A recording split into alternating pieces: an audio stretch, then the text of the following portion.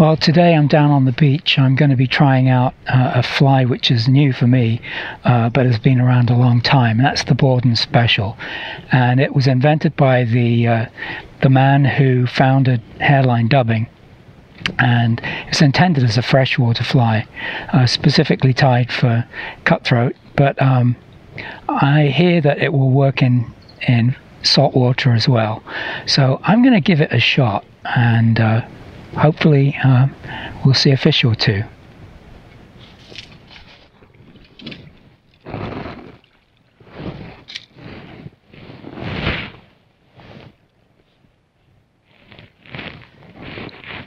So I'm going to have a go with the Borden Special for the first time. Nice looking fly, if I say so myself. See how it does.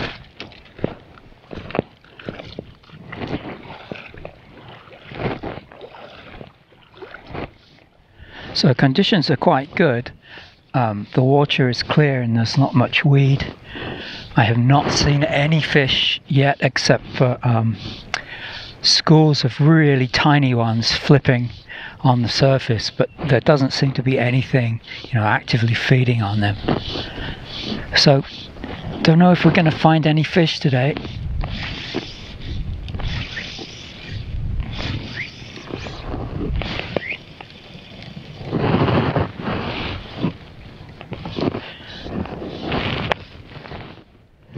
So I am fishing a full intermediate line, one which sinks about 1.5 inches per second, and I'm retrieving the Borden Special, as you can see, with 6 to 8 inch strips, about a second apart. I don't know if that's going to work, but that's how I'm fishing it right now.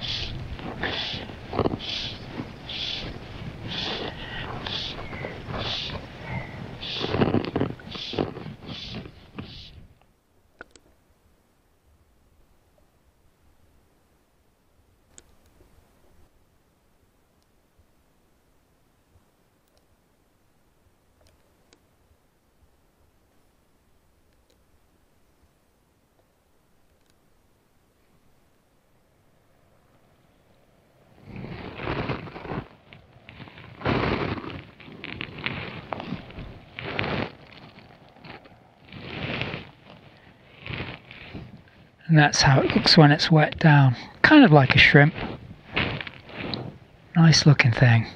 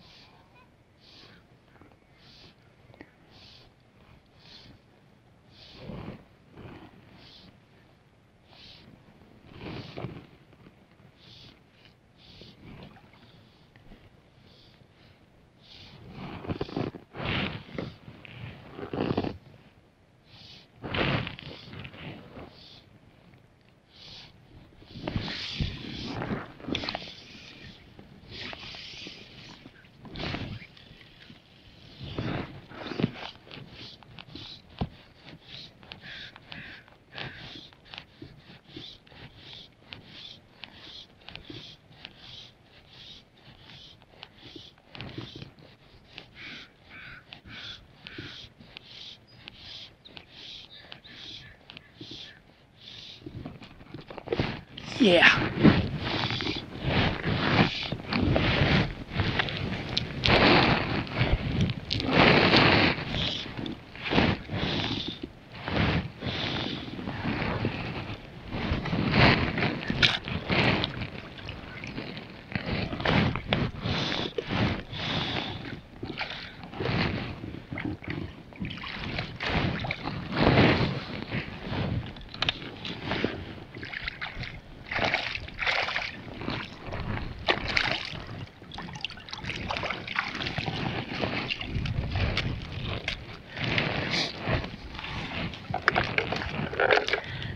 Borden Special. Caught me a trout.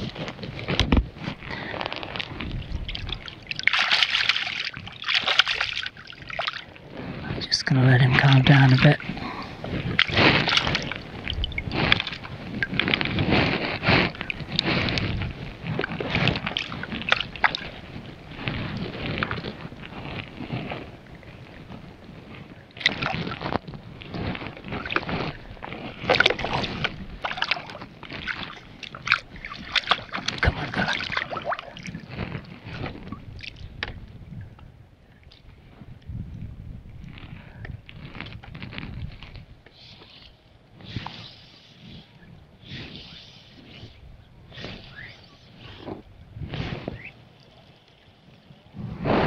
Well, I don't think there are any more fish to be had this morning, so I will see you at the vise and I'll show you how I tie this fly.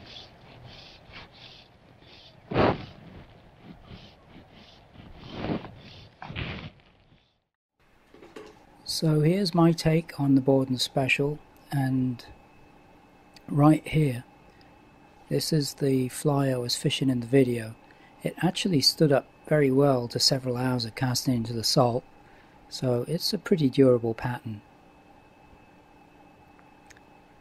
Now, I've tried to stay as close as I can to the illustration and recipe in Les Johnson's book, and the main change I've made is just to tie it on a hook that I can use in salt water, and I've also changed the rib from flat tinsel to oval tinsel, just for added durability. Now, I've used the Firehole Sticks 839 in size 8.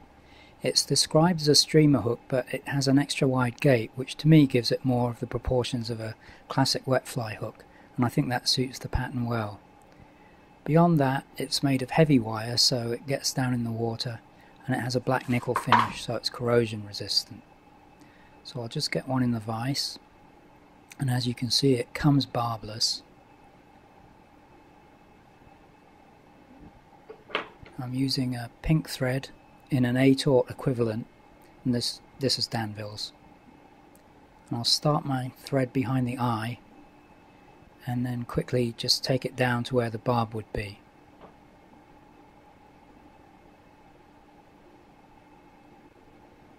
Now the tail's made from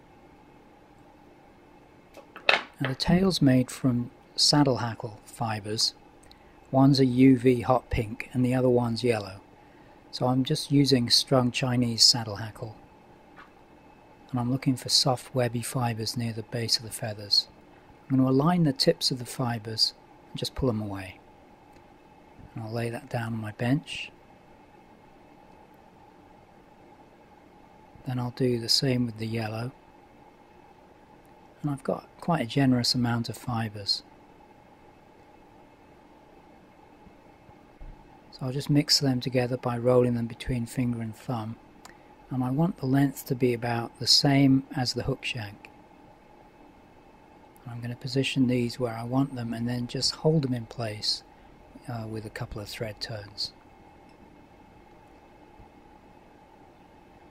Now I'm going to trim the butt ends to the body length, remembering that I need to leave space for a wing and for 2 full hackles. So now I'll tie in my rib, and I'm using a medium silver oval tinsel. This one's Vivus.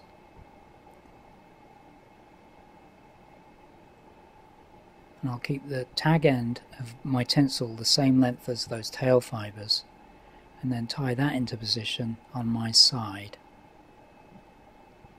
Just a couple of turns to hold it. I'll clip that out of the way for now. Now I'm going to tie in the materials with a tight collecting wraps.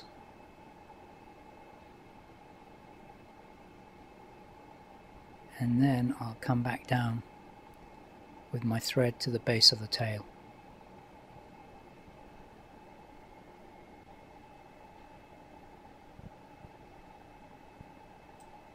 Now for the body, I've mixed together some ice dub in UV pink with this hot pink metallic ice dubbing from Semper Fi. And I've got about equal parts of each. And with that, I'm going to form a fairly tight noodle of dubbing on the thread.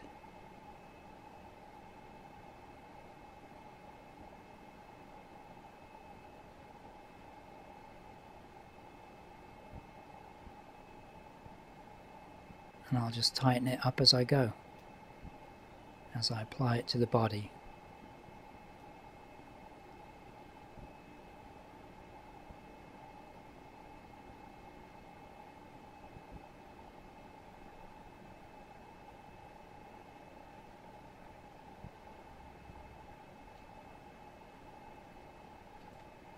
That's as far as I want to go, so I'll remove that bit.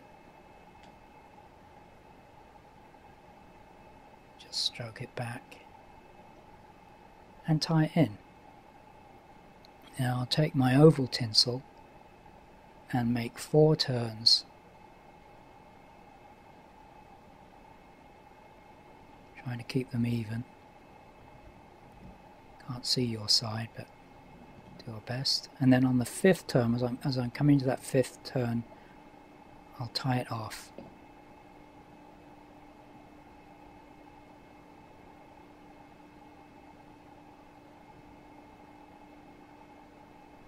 There you go.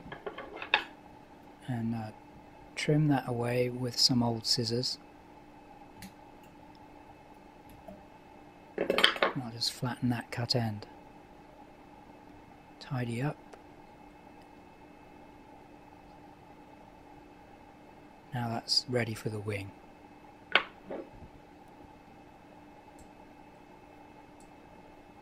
Just take some of these longer bits off. It's okay to leave them, but just take some out. There we go. Now the wing is what gives this fly a lot of movement, and it's made from this Arctic foxtail hair. You can't really substitute body hair because it's mostly too short and it's got way too much underfur in it. If you can select this yourself from a fly shop, it really pays because there's a lot of variability in the packets. This is a really nice bit. It's got lots of length and fibres.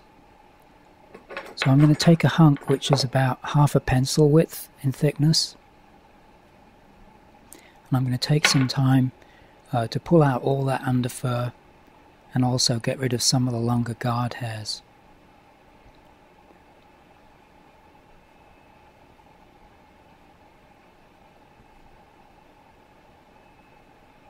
That'll do.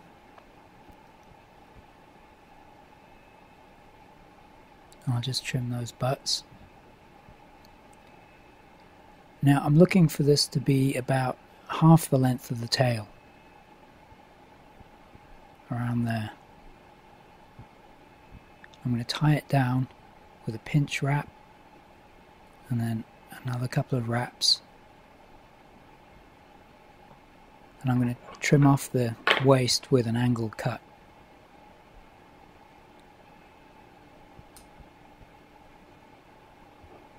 Now I'm going to take my thread into the cut ends and then wrap backwards till I'm level with where the body begins.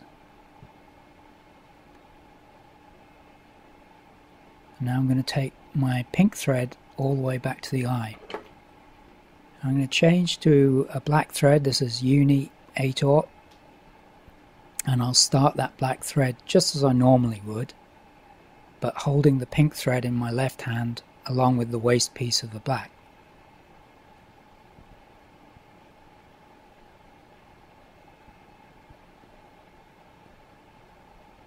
Now I can cut both of those waist pieces away. So the first hackle to go on is the yellow, and I pre-selected a feather for this. This is the same stuff as the tail, and I want it to reach back at least as far back as the point of the hook and a bit further. So I'm going to tie it in on my side.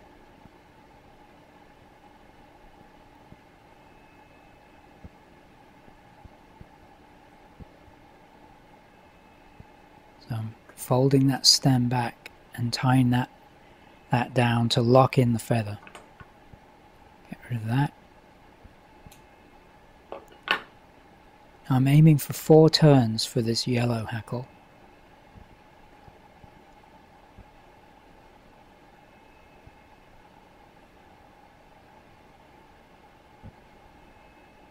Just stroking the fibres back as I go.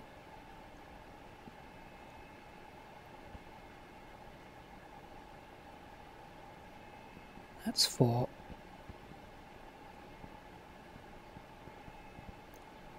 I'll tie that off.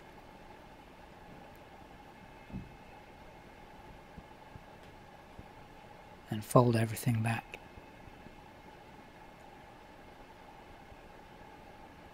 Couple of turns to lock it in, then I'll get rid of that waste piece.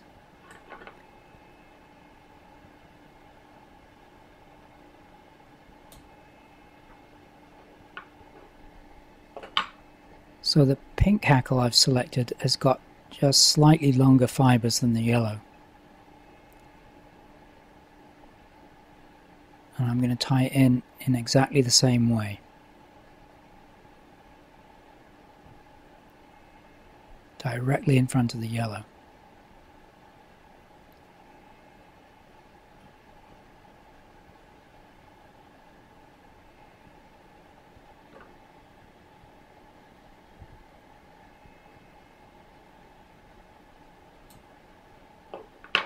I'm going for 5 turns of the pink. The original had 5 turns of yellow and 7 turns of pink, but it totally depends on the feather you have. These are very soft and webby. 7 would be just overkill. So I'm going for 5.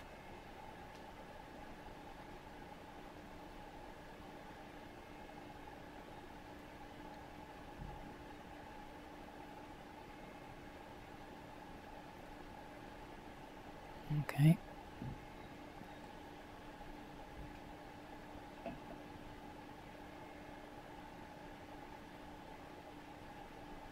So I'm wrapping back on the stems to start the process of making the head.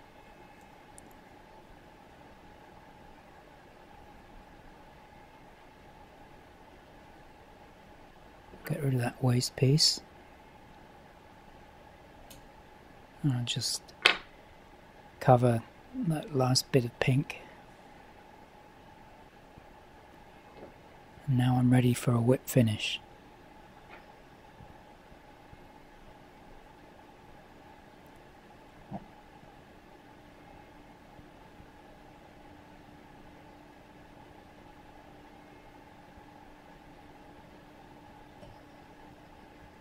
Take away my thread.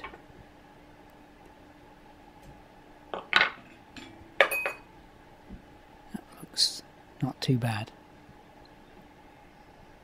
Now I'm going to seal the deal with a coat of Sally Hansen's Hard as Nails all around. Doesn't matter if it goes in the eye, but I will take care to keep it away from the hackle.